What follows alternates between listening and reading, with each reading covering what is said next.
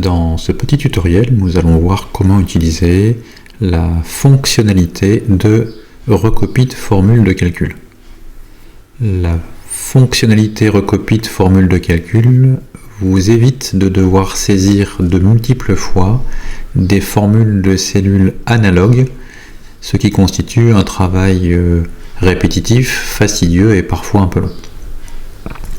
Dans le tableau présent à l'écran, nous disposons des nombres d'habitants concernant les départements de la région Auvergne-Rhône-Alpes et nous souhaitons faire apparaître la répartition de la population dans cette région sous forme de pourcentage. Un pourcentage, ça n'est qu'une proportion, et une proportion, c'est toujours la division d'une partie par un total. L'information qu'il nous manque pour le moment est le fameux total, et nous allons dans la cellule sur fond bleu, la cellule référencée C18, venir placer une formule de calcul toute simple qui va nous permettre d'additionner les différentes valeurs numériques de cette colonne C.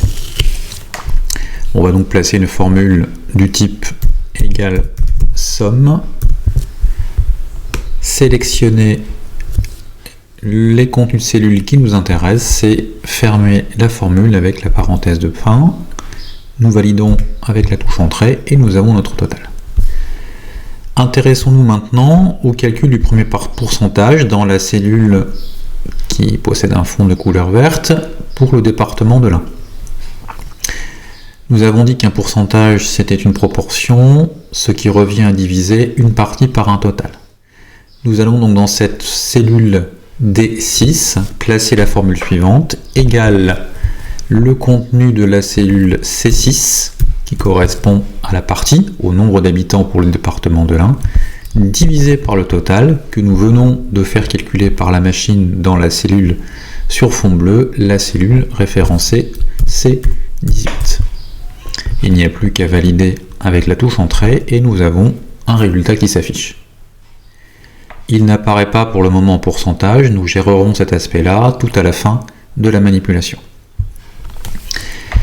Sur la deuxième cellule de la colonne D, donc celle qui est sur un fond de couleur orange, la cellule de référence est D7, nous pourrions à la main retaper une formule analogue à celle que nous voulons placer dans la cellule D6 sur fond vert, à savoir égale le contenu de la cellule C7 divisé par le total, le contenu de la cellule C18.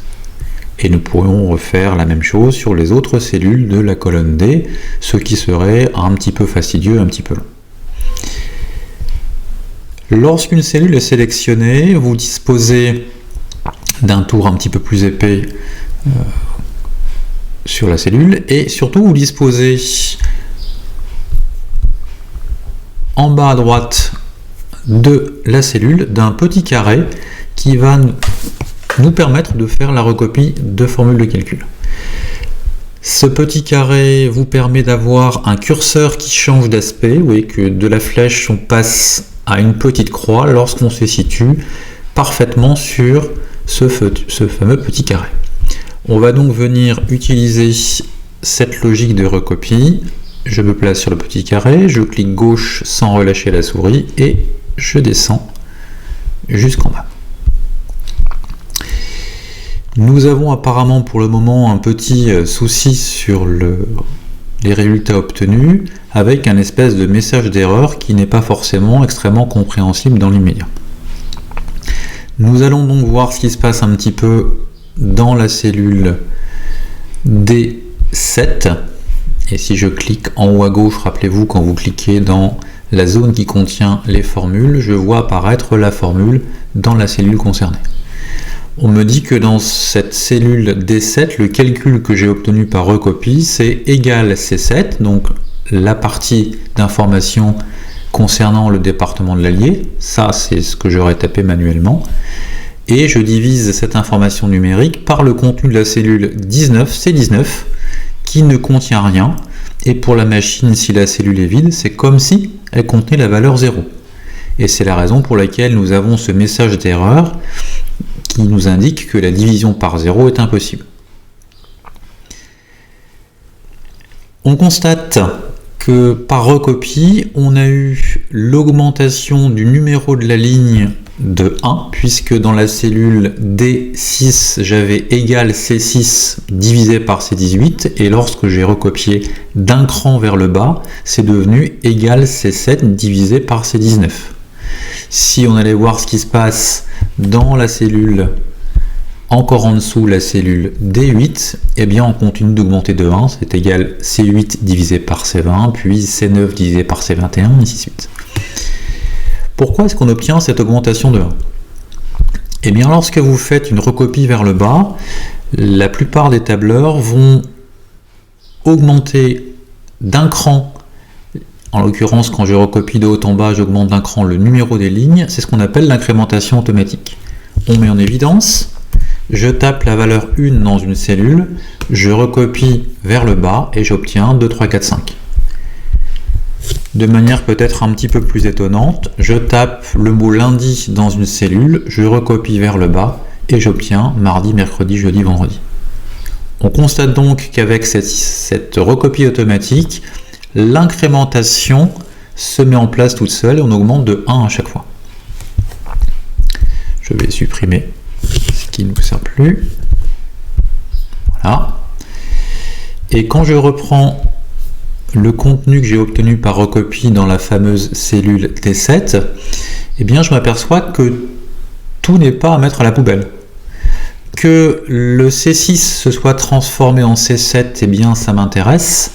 Par contre, mon problème, c'est que le C18 de la formule précédente s'est transformé en C19 et puis il va se transformer en C20, C21, etc.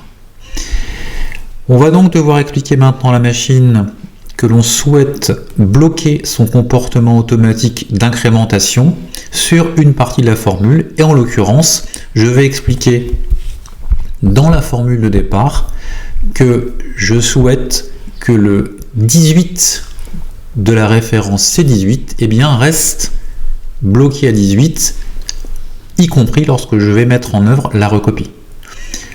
Pour faire comprendre cette logique-là à la machine, on va simplement insérer devant l'élément qui ne doit pas bouger dans la recopie le symbole $, ce qui ne nous permet pas d'afficher les choses au format monétaire américain, c'est pas ça le but de l'opération, mais c'est vraiment d'expliquer à la machine que sur une partie de la formule de calcul, on vient bloquer le comportement automatique d'incrémentation lié à la recopie de la formule.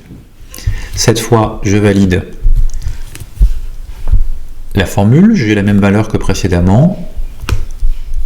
Où tout change, eh bien c'est quand vous recopiez de haut en bas, cette fois-ci, on voit disparaître le message d'erreur de division par 0, et si je viens chercher la même formule que tout à l'heure, j'ai bien le C6 qui s'est transformé en C7 avec l'incrémentation automatique, mais le C$18 est bien resté C$18 dans la recopie de haut en bas. Il ne nous reste plus qu'à faire apparaître maintenant les valeurs en pourcentage.